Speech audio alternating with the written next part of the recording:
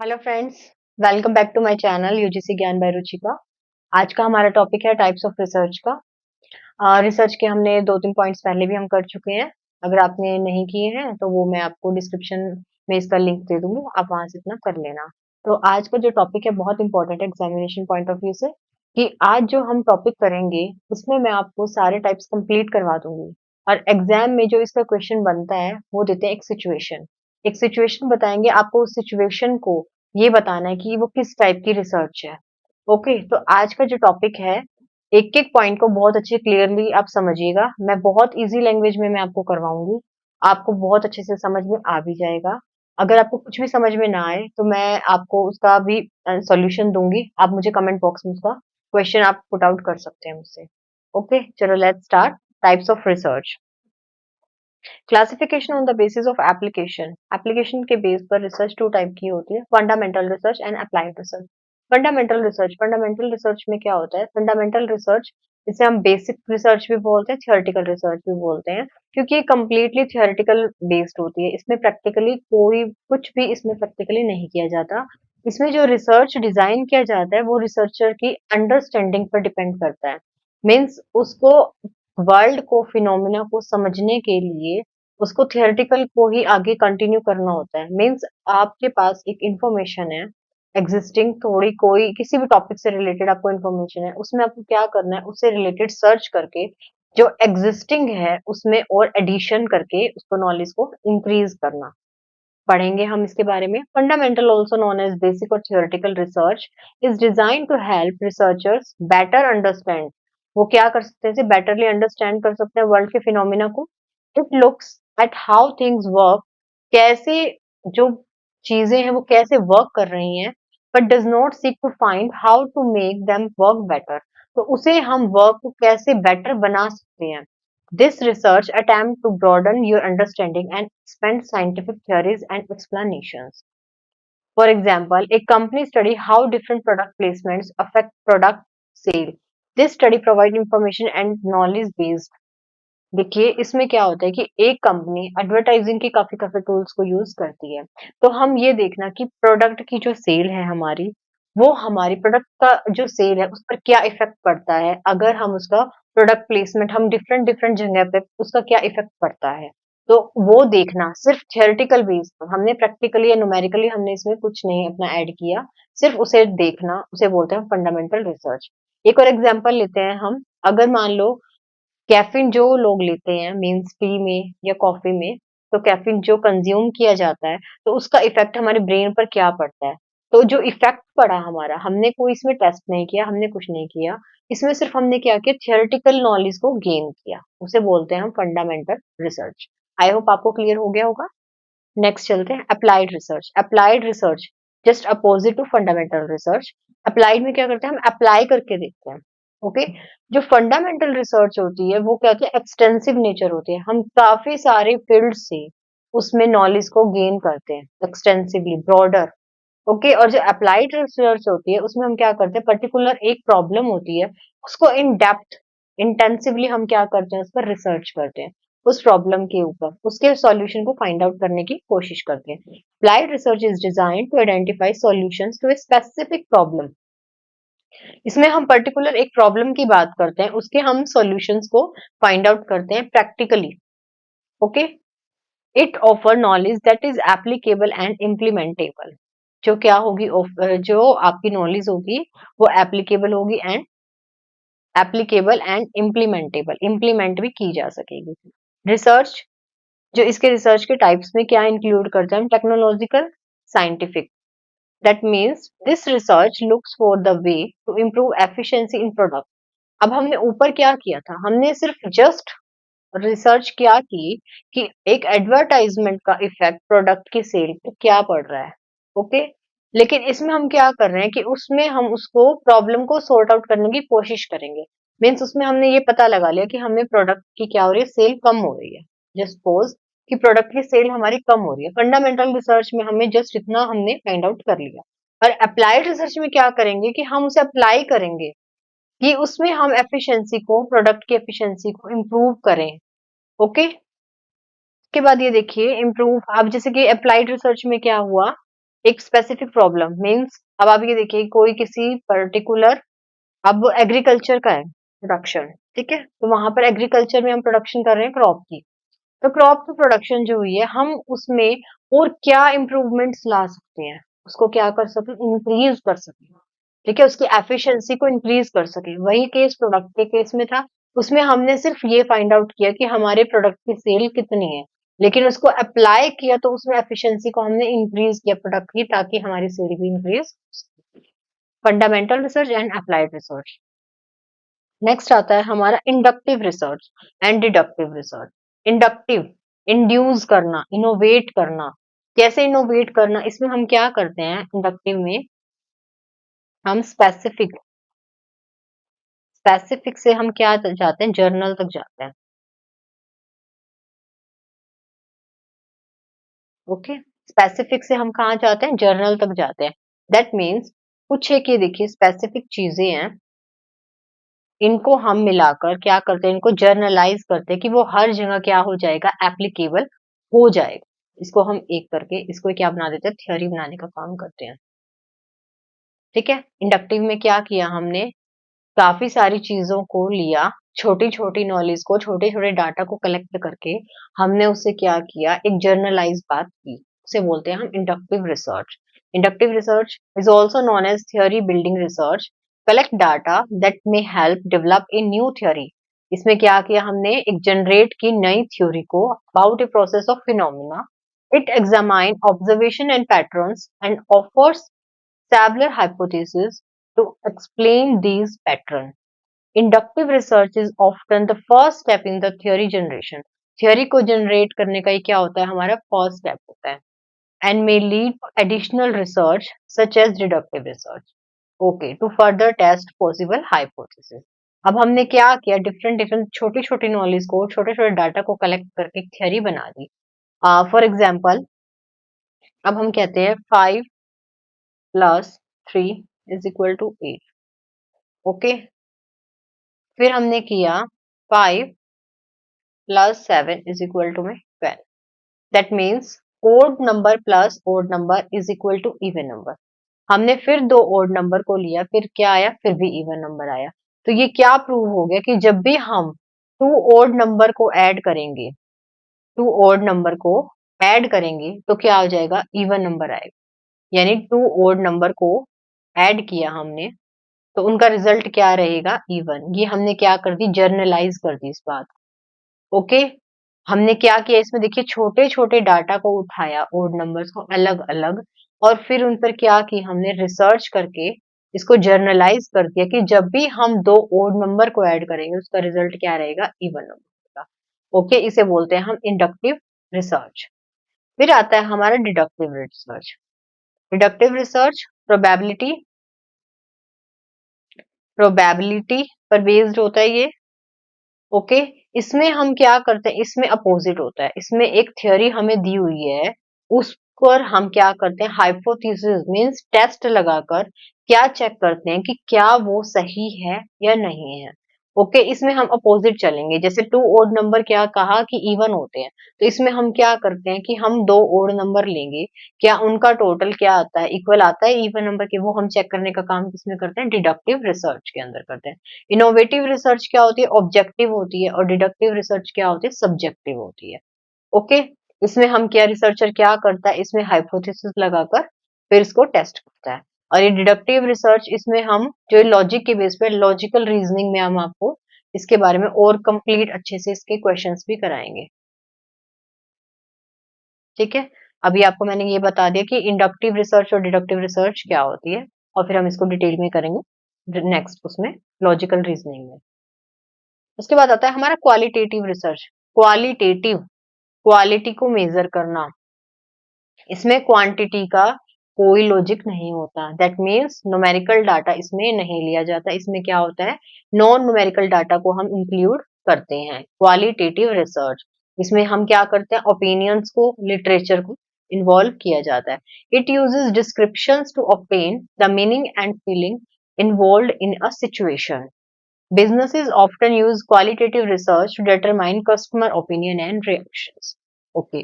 For example, आप कोई product बना रहे हैं, ठीक है?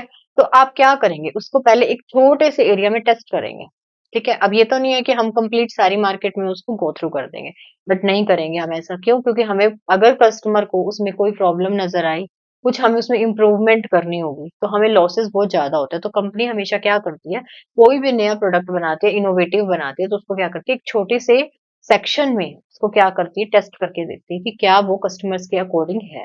उनका ओपिनियन लेना, उनके रिएक्शन देखना कि वो उसको लेकर क्या रिएक्ट करते हैं। That means qualitative research. उस टाइप की रिसर्च को बोला जाता है क्वालिटेटिव रिसर्च। जैसे कि फोकस ग्रुप, हम किसी पर्टिकुलर ग्रुप पर क्या करेंगे, फोकस करके, सर्वे करके, क्वेश्चनेयर देके कि ये प्रोडक्ट कैसा है, उसके बारे में अपने व्यूज देना, ओपिनियंस देना। पार्टिसिपेंट्स के कमेंट्स आते हैं, ठीक है? जो पार्टिसिपेंट करेंगे, उसमें पार्टिसिपेट करेंगे, उनके कमेंट्स को देखकर, ये भी सारा सब्जेक्टिव नेचर हो गया। ऑब्जर्वेशन के थ्रू, इंटरव्यूज के थ्रू, इंटरव्यूज भी क्या होते हैं, जब हम दो बंदों से बात कर रहे हैं तो उसके अकॉर्डिंग उनकी बातों को चेंज भी कर सकते हैं, अपने अकॉर्डिंग क्वेश्चन उसके हिसाब से भी पूछ सकते हैं। तो उसमें जो मैनिपुलेशन करना और करना, वो सिर्फ क्वालिटेटिव रिसर्च में। For example, a marketing organization present a new commercial to a focus group. उन्होंने क्या बनाया, एक न्यू कॉमर्शियल बनाया फोकस ग्रुप पर। Before airing, if publicity to receive feedback, the company collect non numerical data, the opinion of the focus group participants to make decision. तो उन्होंने वही किया, अपना डिसीजन, नया एक प्रोडक्ट बनाने पर हमने क्या किया कि एक फोकस ग्रुप में उस प्रोडक्ट को डाल दिया, टेस्ट किया। उसके बाद उसमें हमने क्या किया, लोगों के ओपिनियन लिए, उनके कमेंट्स लिए, ठीक है? उसके बारे में उन्होंने हमें बताया, प्रोडक्ट के बारे में। फिर उसके बेसिस पर हमने क्या लिया, अपना डिसीजन लिया कि हमने कस्टमर्स के पास as as it is product को देना है, या फिर हमने उसमें इम्प्रूवमेंट करनी है, या कुछ चेंजेस करके फिर। ये होता है हमारा क्वालिटेटिव रिसर्च। एक होता है ground theory research. Ground theory research भी क्वालिटेटिव रिसर्च का एक पार्ट होता है, ठीक है? इसके अंदर ये बात ध्यान रखना कि ग्राउंड, किसी एक पर्टिकुलर ग्राउंड पर रिसर्च करना। That means problem exist in A given social environment. ये देखिए, इसका कीवर्ड ही है सोशल एनवायरनमेंट। उसके ऊपर जब भी रिसर्च होती है तो ग्राउंड थ्योरी रिसर्च होती है। इसमें क्या किया जाता है कि it study about a problem existing in a given social environment and how people involved handles them.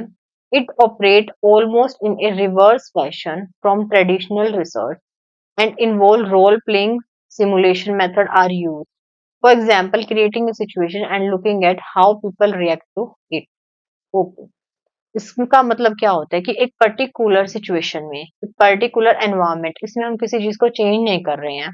ये भी क्वालिटेटिव रिसर्च का ही एक पार्ट है। उसी की तरह ग्राउंड थ्योरी होती है, बट इसमें जो रिसर्च की जाती है सोशल एनवायरनमेंट में, एज इट इज एनवायरनमेंट को चेंज नहीं किया जाएगा। इसमें क्या करेंगे कि कोई भी चीज अगर आप कस्टमर के लिए बनाई है, जैसे कि इसमें एग्जांपल है कि ट्रेडिशनल जो कपड़े, जैसे मान लो क्लोथ्स पे है, ट्रेडिशनल से लेकर अगर वो वेस्टर्न में आते हैं तो लोगों का उस पर रिएक्शन क्या रहता है। अगर उन्हें पॉजिटिव रिएक्शन मिलता है तभी वो आगे गो थ्रू करेंगे उसे प्रोडक्ट को। इसका मतलब क्या हुआ कि जो सिचुएशन ऑलरेडी है, उसी सिचुएशन में रहकर लोगों के रिएक्शन का पता लगाना कि वो उसका उनका ओपिनियन उस चीज के बारे में क्या है। ओके। सिमुलेशन, सिमुलेशन में क्या होता है कि वो जैसे कि अब पायलट होता है, एक पायलट क्या करता है, जब उसे ट्रेनिंग दी जाती है तो उसे एक एज इट इज सीधा ही उसको प्लेन नहीं दिया जाता कि भाई तुम ऊपर जाके चलाओ इसको। उसको पहले ना एकदम फीलिंग दी जाती है, एक सिमुलेशन वैसा ही एनवायरनमेंट क्रिएट किया जाता है। उसमें उसको क्या फील दिया जाता है कि वो एज जैसे वो प्रॉपर प्लेन ही चला रहा है, लेकिन वो क्या होता है, सब डमी होता है, ठीक है? तो वो उससे क्या सीखता है, तो उसे बोलते हैं ग्राउंड ट्री, मतलब उस एनवायरनमेंट को फील करना पहले, उस चीजों को सीखना, उसके बाद उसे पर्टिकुलर जो जिस चीज के लिए ट्रेनिंग कंप्लीट होने के बाद ही उसको प्रॉपर उसको दी जाती है। तो ये होता है ग्राउंड थियरी रिसर्च कि उसी एनवायरनमेंट में जाकर उसको रिसर्च करना। एक होता है क्वांटिटेटिव रिसर्च। क्वांटिटेटिव, क्वांटिटी की बात की जाती है इसमें, ये न्यूमेरिकली डाटा के ऊपर बेस्ड होती है, such as stats measurement investigate specific questions like who, what, where and when. The results are usually presented in table और graphs की फॉर्म में होता है इसमें। ओके। जब हम क्वांटिटेटिव मेथड्स का यूज करते हैं, इसमें क्या होता है, ग्राफ्स, पाई चार्ट्स वगैरह का, किसी भी सब कुछ जो बातें होती है इसमें सारी न्यूमेरिकली साइंटिफिकली बेस्ड होती हैं, ठीक है। अब देखो कोरिलेशनल रिसर्च क्या होती है, डिपेंडेंट और इंडिपेंडेंट वेरिएबल को चेक किया जाता है इसके अंदर कि इंडिपेंडेंट वेरिएबल में क्या चेंज हो गया कि डिपेंडेंट में कितना चेंज आया। तो ये होती है quantitative research. Descriptive research, survey research. Survey में देखिए, सर्वे में दो टाइप के होते हैं। एक तो आपने सर्वे किया कि आपने जाके लोगों की ओपिनियन ली है, और एक आपने ये बताया कि ये चीज आपको बेस्ट लगी या नहीं लगी। ठीक है, यस या नो। तो इसके यानी कि क्वांटिटेटिव रिसर्च, कितने नंबर ऑफ पीपल ने इसका फेवरेबल आंसर दिया, कितना उनके नेगेटिवली दिया, तो ये न्यूमेरिकली हो गया। अगर उनसे जस्ट ओपिनियन ओपनली क्वेश्चन पूछा कि आप अपने व्यूज दीजिए, तो वो किस में आया, क्वालिटेटिव रिसर्च में। ये बात ध्यान रखिए। देखिए अगर हम उनके जस्ट ओपिनियन ले रहे हैं, ओपनली उस टॉपिक पे बोल रहे हैं, तो वो होता है हमारा क्वालिटेटिव रिसर्च। और हम क्या करते हैं, ओपन की बजाय and, close and question, close and में क्या होता है कि यस नो, ओके, तो उसमें आता है हमारा quantitative research. For example, a car manufacturer compare the number of sale of red sedan compared to white sedan के साथ। The researcher use objective data, the sale figure for red and white। देखिए इसमें भी वही close question पूछा गया कि cell हमारी, नंबर ऑफ सेल कितनी सेल हुई रेड कार की एंड व्हाइट की। ओके, तो इसका मतलब क्या हुआ ये कि ऑब्जेक्टिव डाटा, ये क्या लेके चल रहा है, फिगर्स को लेके चल रहा है कि कितने नंबर ऑफ रेड कार की कितनी सेल हुई और व्हाइट कार की कितनी सेल। उसी के बेस पर उसने क्या किया, कंक्लूजन को ड्रॉ किया। That means quantitative research. जहां पर भी क्वांटिटी की यानी कि नंबर की फॉर्म की बात हुई, तो वहां पर आता है quantitative research. Okay, next, phenomenological research. Phenomenological research कौन सी होती है, जब हम एक्चुअली उस पर्सन के साथ रहकर उसका एक्सपीरियंस करते हैं। फॉर एग्जाम्पल, अगर एक पर्सन कैंसर से सफर कर रहा है, ओके, तो उसकी लाइफ में कैसे कैसे वो सफर कर रहा है, उसके साथ एक्चुअल में रहकर उसके फिनोमेना को, उसके एनवायरनमेंट को सारा रिसर्च करना, उसे हम बोलते हैं फिनोमेनोलॉजिकल रिसर्च। ठीक है, एक्चुअली जब हम उसके साथ रहकर उसी के एनवायरनमेंट में उसके बारे में स्टडी करना। उसके बाद नेक्स्ट आता है एथनोग्राफिक रिसर्च। एथनोग्राफिक रिसर्च में हम इन्वेस्टिगेट किसके बारे में, कल्चर के बारे में, कल्चर के बारे में इन डेप्थ स्टडी की जाती है। It involves systematic collection, description, analysis of data for development of theories of cultural behavior. There are ethnopolitical study that the study people, ethnic group, ethnic formation and social welfare of characteristics. इसके अंदर almost सारा ही culture के बारे में, एथनोवियर group, इन सब के बारे में ही जब रिसर्च की जाती है तो उसे बोलते हैं एथनोग्राफिक रिसर्च। इसके बाद आता है कैजुअल रिसर्च। कैजुअल रिसर्च क्या होती है, एक्सप्लेनेटरी रिसर्च भी बोलते हैं इसको हम, एक्सप्लेन करना। Okay, determine cause and effect relationship between variables के बीच में कॉज एंड इफेक्ट रिलेशनशिप को देखना। It identify how much one variable में change in another. Okay, is important for evaluating current processes and procedure, determining if and how changes should take place. For example, अब देखिए casual research में क्या होता है, example लेंगे हम इसमें कोविड का। देखिए जब कोविड नहीं था, सभी क्या था, सभी वर्कर्स थे, अपने वर्क प्लेस पर जाके अपना वर्क करते थे।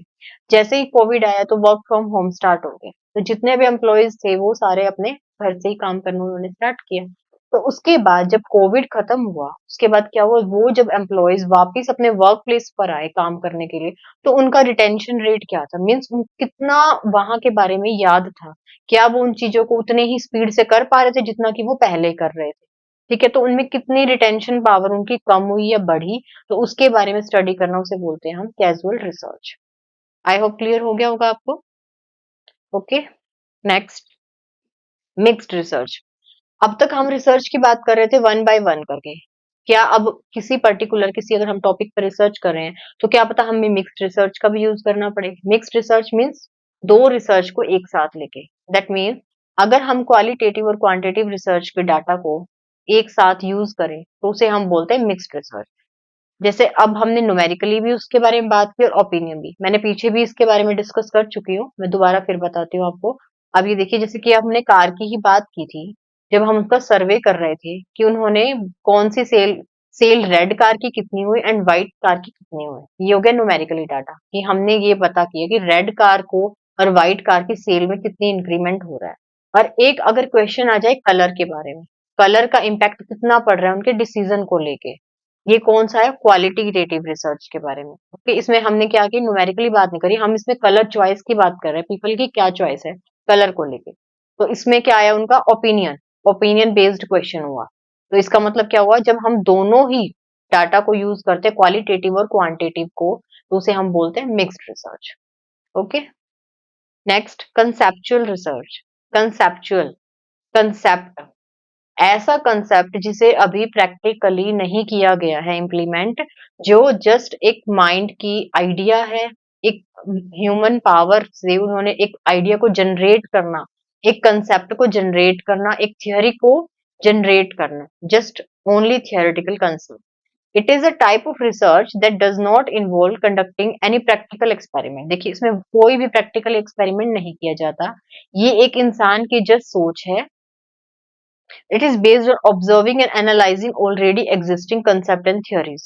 The researcher can observe their surroundings and develop brand new theories. They can build an existing one. Concept research is widely used in the study of philosophy to develop new ideas.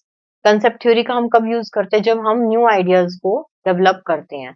This type of research is used to answer business के questions को answer करने के लिए, organize के ideas को increase करना, interpret existing theories को differently. अगर कोई theory है उसको differently उसके अपनी सोच से अपने ideas उसमें generate करना. Okay, for example, अब जैसे पीके मूवी आई थी, अब जैसे उसमें आमिर खान था, आमिर खान क्या था, एलियन था, किसी दूसरे दे कहाँ से आया था वो, ठीक है, ये एक इंसान की सोच थी, ऐसा प्रैक्टिकली हमने कभी रियल वर्ल्ड में नहीं देखा। ओके, तो इसे हम बोलते हैं कंसेप्चुअल रिसर्च। उसके बाद आता है एम्पेरिकल रिसर्च। एम्पेरिकल रिसर्च क्या होता है, just opposite to conceptual research. इसमें क्या था, कंसेप्चुअल में जस्ट हमने आइडियाज को जनरेट किया, क्रिएट किया अपने माइंड से, ठीक है, थ्योरी में ऐड किया, लिटरेचर के थ्रू जहां से भी हमें मैटर मिला, हमारे आइडियाज हमारे आए। ओके, एम्पेरिकल रिसर्च में क्या हुआ, empirical research practical in nature, empirical research involve research based on observation, experiments and variable evidences. ये कंप्लीटली प्रैक्टिकल है, उसको प्रैक्टिकली अप्लाई करना कि वो प्रैक्टिकली पॉसिबल है या नहीं है। इनमें मेन डिफरेंस यही है। Empirical research involve doing experiments, means कुछ करो, करके एक्सपेरिमेंट्स करके जो हमने कंसेप्चुअल फ्रेमवर्क को डेवलप किया, उन पर क्या करना, प्रैक्टिकली एक्सपेरिमेंट करके ये फाइंड आउट करना क्या is it possible practically. Empirical research study are observable and measurable as they are verified by observation and experience. ये किससे एक्सपीरियंस होते हैं, प्रैक्टिकली एक्सपीरियंस किए जाते हैं। ओके, नेक्स्ट, नेक्स्ट आता है हमारा innovative research and incremental research. Innovative, innovate करना मीन्स किसी एक नए प्रोडक्ट को बनाना, न्यू टेक्निक जब कोई आती है उसे बोलते हैं इनोवेटिव रिसर्च।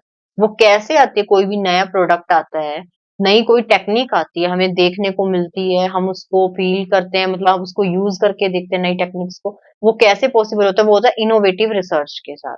क्योंकि उस पर बहुत सारी इनोवेशन हुई है, उस पर काफी सारे आइडियाज जनरेट किए, उसके बाद एक नई टेक्निक आती है, तो उसे बोलते हैं हम innovative research.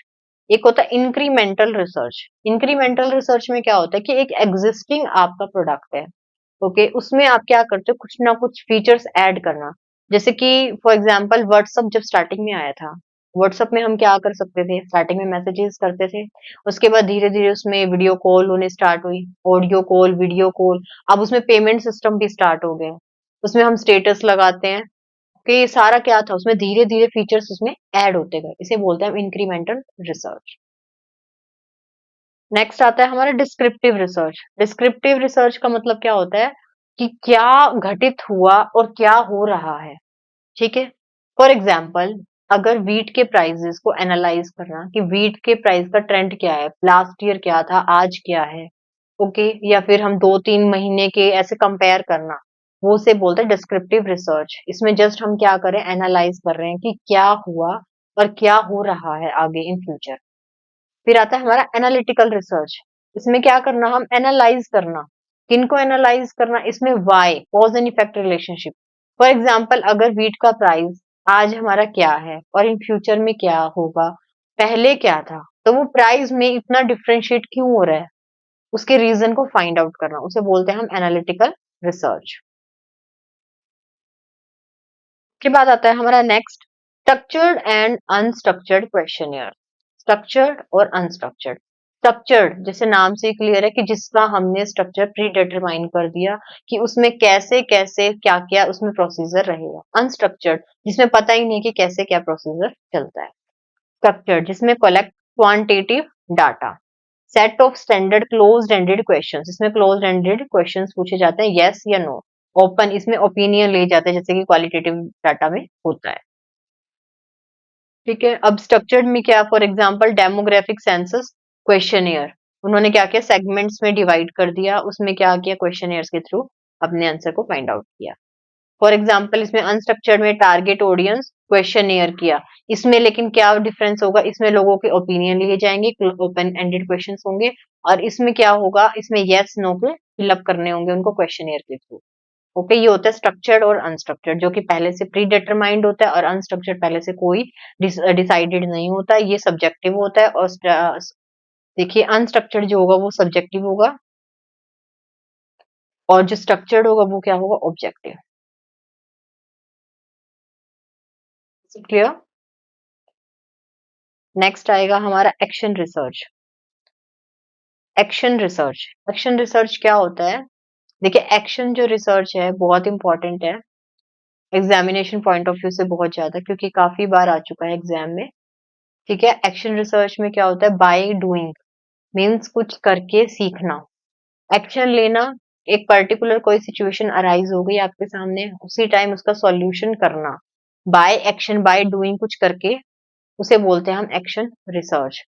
For example practical action research, science teacher at your city high school have been witnessing a year-over-year decline in standardized test score in chemistry. In seeking the source of this issue, they studied how concepts are taught in depth and focusing on the methods, tools, and approaches used by each teacher.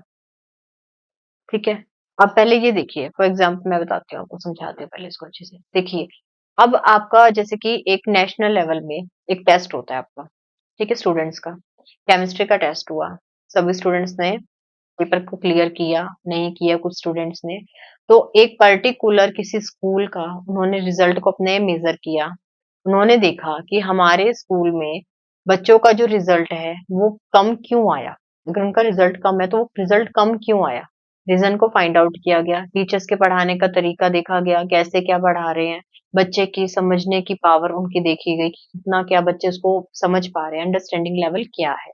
लेकिन teachers का जो पढ़ाने का तरीका, उन्होंने एक चीज major की कि टीचर्स जो पढ़ा रहे हैं जैसे ट्रेडिशनल से लेकर अब तक चलता आ रहा है वही चीजें ही पढ़ाते आ रहे हैं, मतलब टाइम के साथ उन्होंने क्या नहीं किया, चेंजेस नहीं किए, टीचर ने अपने मेथड को चेंज नहीं किया, कंसेप्ट को चेंज नहीं किया, उसकी वजह से क्या हुआ, बच्चों का रिजल्ट पर उसके इसमें क्या किया गया कि टीचर के जो मेथड्स है उनको चेंज किया गया, एक्शन लिया गया कि उनको सबको चेंज करके उस पर स्टडी की गई, कंसेप्ट जो उन्हें पढ़ाए गए कंसेप्ट है उनको डेप्थली उनको समझाया जाए, बच्चों को अच्छे से उनके अप्रोचेस को क्लियर किया जाए, यानी कि मॉडर्नाइज टीचर अप्रोचेस का यूज करना, उनको सारा क्लियर किया गया। ओके, एक बार ये स्टार्टिंग से पढ़ लेते हैं। Action research is a research method that aim to simultaneously investigate and solve an issue। ठीक है, हमने यही किया कि बच्चों के क्या हुए, मार्क्स कम आए, तो मार्क्स कम क्यों आए, उस पर क्या किया, इन्वेस्टिगेशन की, और उस इशू को हमने सोल्व करना। In other words, as its name suggest, action research conduct research and take action at the same time. हमने क्या किया, उसी टाइम पर क्या लिया, एक्शन लिया, तो उसे बोलते हैं हम action research. It is first point as the term in 1944 में ये आया था एक्शन रिसर्च। इसे लाने वाले कौन थे, कुर्ट लेविन, ये याद करके जाना, एग्जाम में पूछ सकता है, Kurt Lewin. A highly interactive method, action research is often used in the social science, particularly in educational settings, particularly popular with educators as a form of systematic inquiry. It priorities reflection and bridges the gap between theory and practice. Due to the nature of the research, it is also called a cycle of action, cycle of inquiry। एक cycle ही होता है, कोई भी problem आई तो हमने क्या किया, उसी टाइम उस पर इंक्वायरी की, फिर उस पर क्या किया, हमने एक्शन लेके उसको प्रॉब्लम को सॉर्ट आउट किया, फिर कोई प्रॉब्लम आई, फिर हमने किया, ये साइकिल यूं ही चलता रहता। ओके, तो ये थे हमारे सारे कंप्लीट टाइप्स ऑफ रिसर्च। जितने मैंने करवाए हैं सफिशिएंट है, इन्हीं को अच्छे से क्लियर कीजिए, समझिए, जो समझ ना आए वो दोबारा पूछिए, कमेंट बॉक्स में आप मुझे कोई भी क्वेरी हो आपकी भेजिए, अगर आपको उसका सॉल्यूशन मिल जाएगा जल्दी से जल्दी। ठीक है, तो आपको एग्जामिनेशन पॉइंट ऑफ व्यू से बहुत इंपॉर्टेंट है, जितना हो सकेगा आप बहुत अच्छे से करके जाएंगे तो एग्जाम में मार्क्स आपको बहुत इजीली से मिल जाएंगे। ठीक है, तो अगर आपको मेरा वीडियो अच्छा लगा हो तो मेरे वीडियो को लाइक कीजिएगा, चैनल को सब्सक्राइब कीजिए। Okay, all the best for all the students.